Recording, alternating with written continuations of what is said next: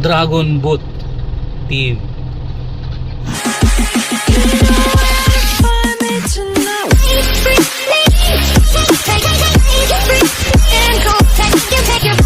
Hello mga ka-jive, magandang hapon. Yun, hapon na nga at lapit na naman tayong uuwi mga ka-jive. At napapansin natin na malapit na yung ulan, no? Mukhang uulan mga ka-jive dito sa Marcos. At yung mga kasama natin na inaayos na yung mga semento dahil baka mabasa.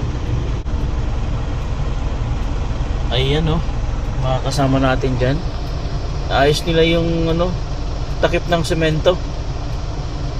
Ayan, dahil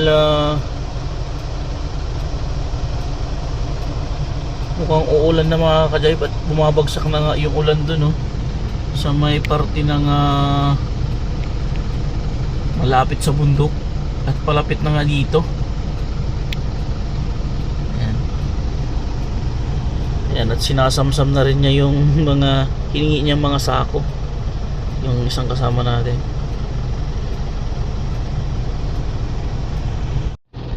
Dragon Boat Team. Ito na yung mga bagong Dragon Boat Team. Yan, oh. Lupit. Ang galing! Ang galing! So yun mga ka-jive, hintayin lang natin yung operator ng backhoe. Then uuwi na din tayo mga ka-jive. Tapos dadaanan natin yung isa pang kasama nating operator din ng backhoe doon sa Barangay Lumbad. Doon siya nag-ooperate.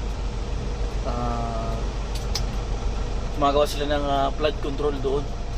Dito naman, ang ginagawa namin dito o ginagawa ng company natin dito is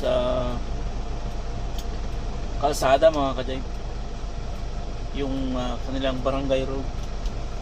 So katatapos lang nating mag-backfill at maglagay ng lusog yung gagawing imbornal. So nilagay natin doon.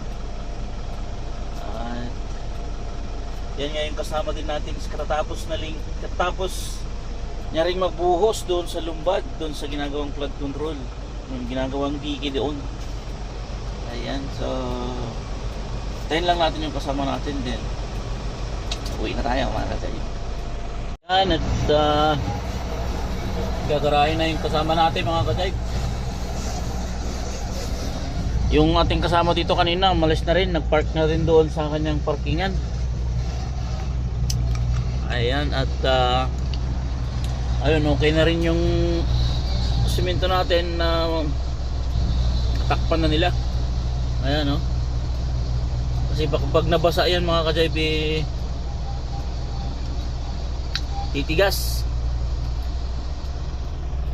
Ayan, at may mga patak na nga dito sa ano natin, no, may mga patak na ng ambon dahil papalapit na yung ulan na yun, no.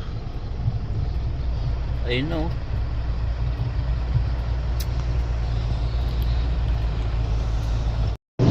Yun mga ka-jive, kala ko uwi na kami. Magpapadeliver pa pala ng boulders yung mga nagre-riprap. So pakargal lang natin. Ayan, uwi na din tayo. Mga ka-jive, uwi na tayo. At umuulan. Nakakaasar yung wahalan dyan na yun. Pastilan.